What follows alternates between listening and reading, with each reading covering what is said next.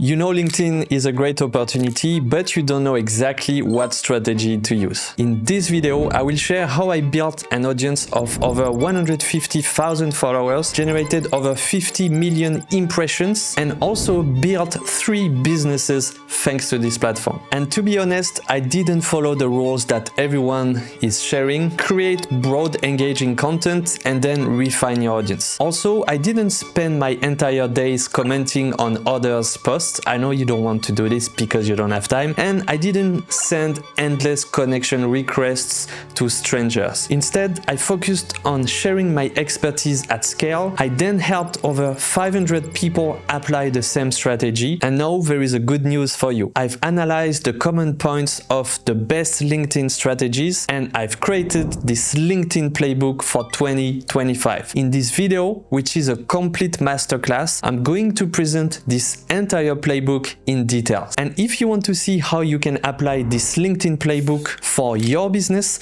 you can book a free 30-minute LinkedIn workshop with me and my co-founder, and we'll show you exactly how you can apply this strategy for your business objectives and to generate revenue for your business. In this playbook, I will not only talk about content, but I will also explain how you transform LinkedIn into a revenue channel, because you are not just here to share images on social media, you are here to boost your business. Alright, let's start with chapter 1, positioning. Before you write a single post, you need to decide, how do I want to be perceived in my industry? This is called positioning, the space your brand occupies in the mind of your target audience. Read this again because it's very important. What is the space that you want to occupy in the mind of your target audience? Because here is the mistake most people make. They post about too many random topics. One day it's sales, the next AI, the next a personal travel story. As a result, people cannot associate them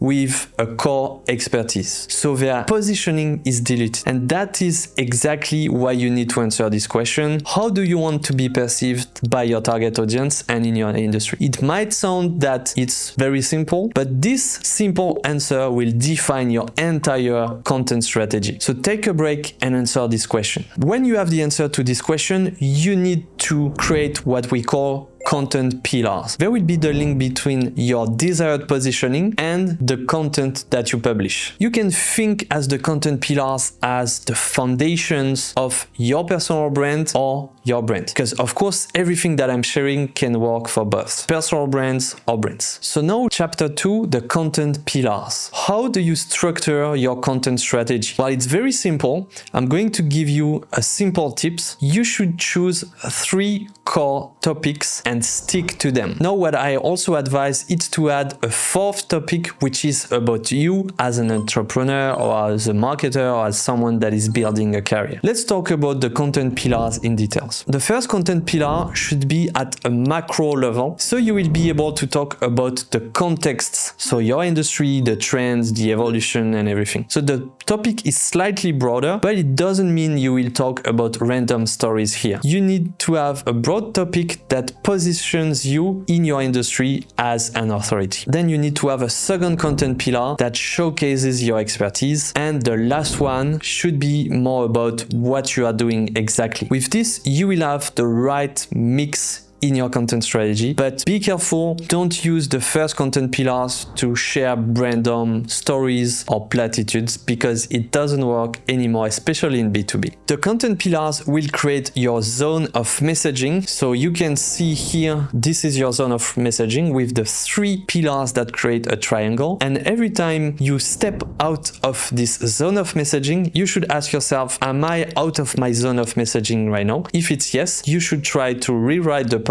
in order to stay in your zone of messaging. I know it might be hard sometimes because you want to talk about different topics, but this is the best way to build a solid positioning. And when you do this, trust me, something powerful happens. Over time, you become the hook because people start to associate your name with a specific topic, and this is very powerful. This is called the halo effect. People see your name or face and they immediately associate you with a positive feeling, a feeling of expertise. But of course, there is the exact opposite, which is called the horn effect. If you post low value content with too many different topics or personal stories that are irrelevant, you risk to fall in the horn effect. Your brand or your personal brand will be tied to low quality and to a negative feeling, and that's very hard to reverse. So your objective is to use the halo effect, not the horn effect. But there is also something very important you need to know about the topics. No one wants to read stuff that they can read anywhere else. So once you've clarified your positioning, you should ask yourself this question: what unique insights can I share? What are your proprietary insights? And that's the chapter 3, which is about how to create unique content. Because if you write the same content that can be found on AI gen tools or on Google or in articles, no one will read your content. So first, I will define what are proprietary insights. Those are your unique perspectives, ideas, knowledge, or even insights that come from your direct experience, not from ChatGPT, not from Google, not from regurgitated advices. They are your takes based on your expertise, and that's exactly what makes them valuable. Because as I said, no one wants to read content they can find anywhere. So when you share proprietary insights, such as a solid case study you built, people see you as an original thinker, as a thought leader, as an original creator. You are not just another reposter, and this is how you build long-term authority. So now you might ask yourself where to find those specific proprietary insights. Well, let me answer this question. First, you need to have a look at your in-house expertise. So all the conversations you had with your clients, what are they struggling with? What questions do they keep asking? What answers do you give them? Then your own processes, what frameworks or systems do you use? If it's a very specific framework that only you use, it's even better. Then experiments and wins. What are you testing? What have you learned? This is very, very valuable. Of course, you can also talk about your mistakes and failures, because it's very interesting to know what didn't work and what you learned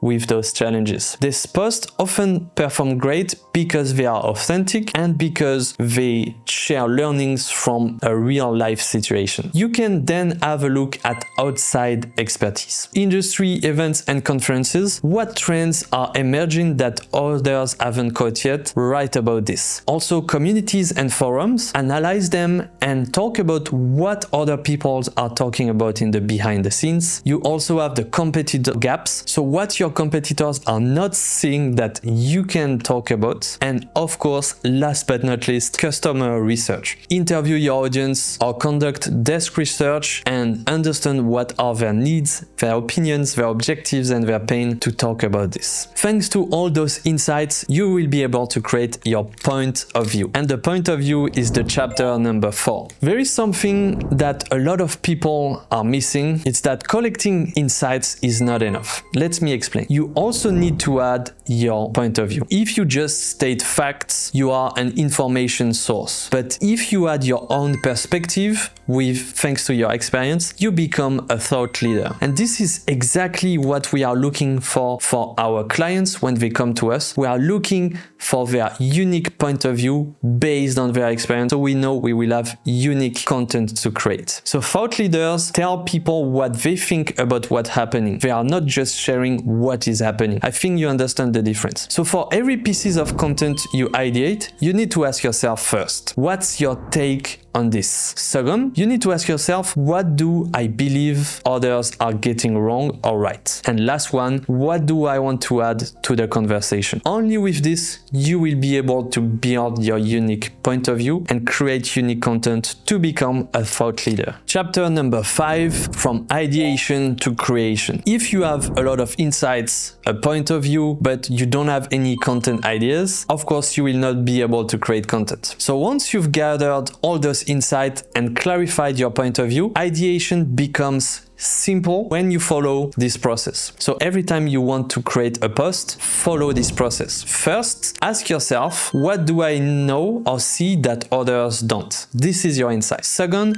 shape a specific angle for this piece of content. What point of view do I want to bring on this specific piece of content? Third, the format. What is the best way to deliver this insight with this angle? It can be a carousel, an infographic, an opinion. I will explain this in details after. Fourth, what is your hook? I will talk in details about hook after, but here you need to ask yourself, how do you make this irresistible so people must click on view more? And last but not least, point 5, the retention. How do you format this post so people stay and consume it? And when you build content this way, let me tell you one thing, you stand out because you have a structured approach that helps you to organize your content and to create unique pieces of content. To help you a bit more to structure this ideation, you should use my authority first framework. Let's zoom out a bit and look at how this fits into your overall content strategy. This authority first framework is very simple. Here you can have a look at the framework. 70% of your content should be authority content. Case studies, frameworks, and other elements that prove your expertise. 15% should be personal content, so stories about you, who you are, your backstory as a professional, maybe some anecdotes. You can also share pictures of yourself. And the last 15% is offer and conversion content where you will sell your services, your products, or your offer. Here, it's not about chasing followers, it's about building authority and building an audience that follows your business, and so this audience will eventually want to buy from you because they perceive you as the go-to expert. If you want to see how to adapt this framework to your content strategy and your LinkedIn strategy, book a free 30-minute workshop with us and we'll help you to do that. Now let's move on to chapter 6, where I will talk about content creation. When you have your content ideas, as I said, you need to ask yourself, what is the best format to share your opinion or an insight? Well, I'm going to be very practical here. I'm going to share with you the 5 top formats that I use. First one, it's carousels. It's great for frameworks and visual storytelling. Here is an example, the 4 layers of marketing problems. This is a carousel that I've used that performed incredibly well because it made a complex idea into a visual that is easy to read and skimmable. Second type of content, infographics. It's a set of visual elements that you can use in order to share a complex idea. Here are some examples of infographics.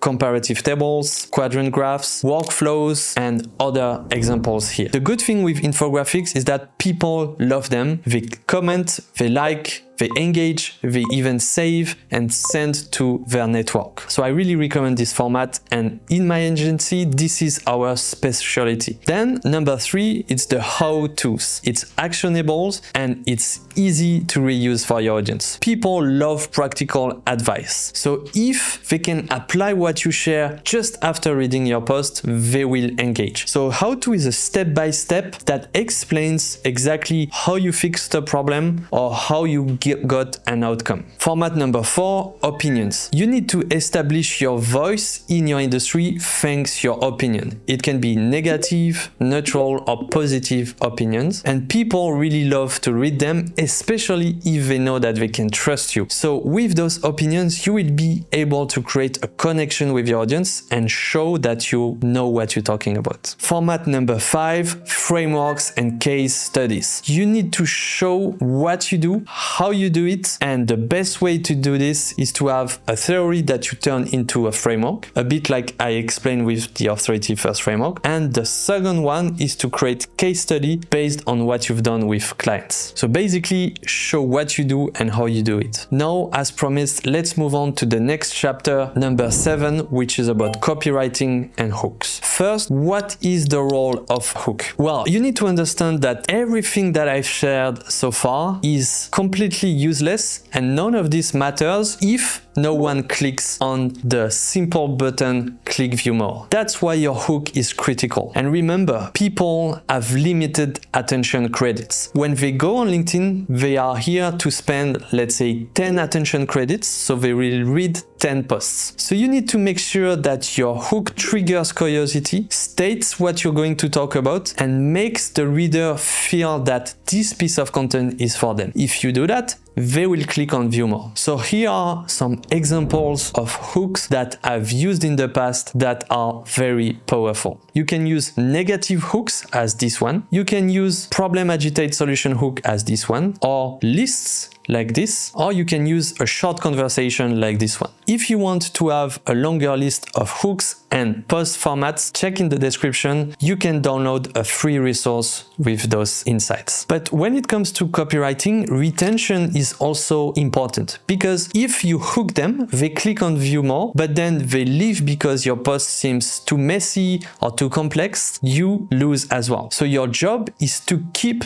them reading. And you need to understand this very important concept. People don't read online, they skim through your content. So what they do is, as you can see here, they read this first line, then this one, and then one here. So you need to make sure that you include the right information in the easy to read parts. So your formatting must make it easy to consume and easy to understand your insights. Here are some tips. First, short paragraph. Second, use bullet points. Third, if it's in an infographic, use visual elements, and also use bold key takeaways with short tagline. And always ask yourself, is your content worth their attention? Because if you are sharing a complex post that has low value, you can say that this post is not worth their attention and that step by step they will stop reading your content and you will have the whole effect as I explained earlier in this video. Alright, now let's move on to the last chapter of this masterclass, chapter number 8,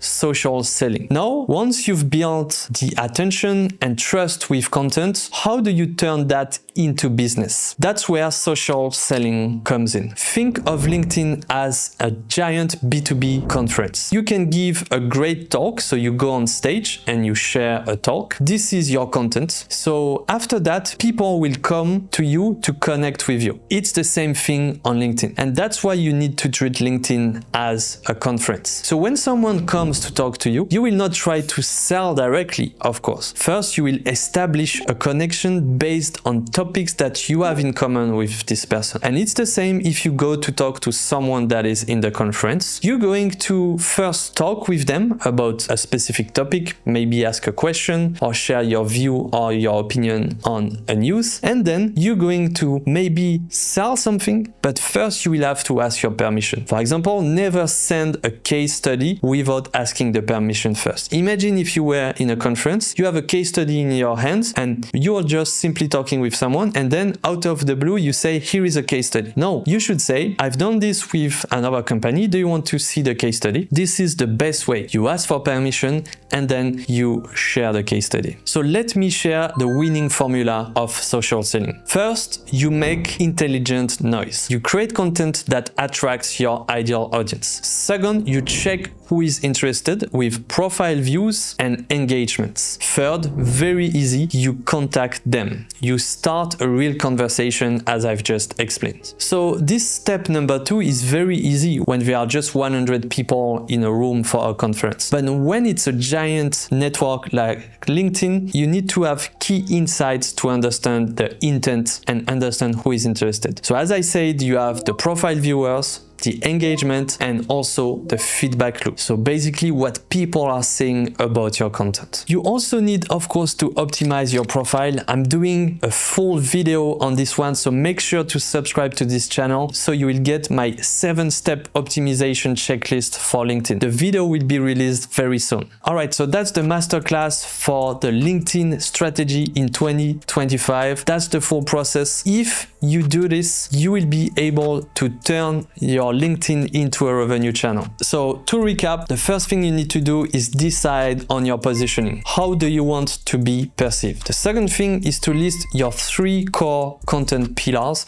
so you know what you will talk about. Third, you need to find your unique insights. So when you create content, it's different from the competition. Fourth, build your point of view so you become a thought leader, not just someone that reposts news and generic content. 5, you need to ideate content with the 5-step framework that I've shared with you. So you make sure that you organize your content creation and build unique content based on your point of view. You can also use the authority first framework for that. 6, you should use the best formats such as carousel, infographics, how-tos, frameworks, case studies, and opinions in order to get impressions on your content. 7, you should master copywriting and hooks in order to attract attention and also retain attention on your content. So overall, your pieces of content are worth the attention of your target audience. And last step, number 8, you need to conduct your social selling campaign. So you create content, you analyze who is engaging or visiting your profile, and you contact them directly to share a case study with their permission, for example. And if you want to go further and adapt this LinkedIn playbook for your business, book a 30-minute workshop with us and we'll show you exactly how you can use LinkedIn for your growth objectives and your revenue objective this year. And make sure to subscribe to this channel so you will get the next video about LinkedIn or B2B marketing. If you are enjoying this video, make sure to like it, ask a question in the comments, and subscribe to my channel so you will get the next videos about LinkedIn and also about B2B marketing. And see you in the next video.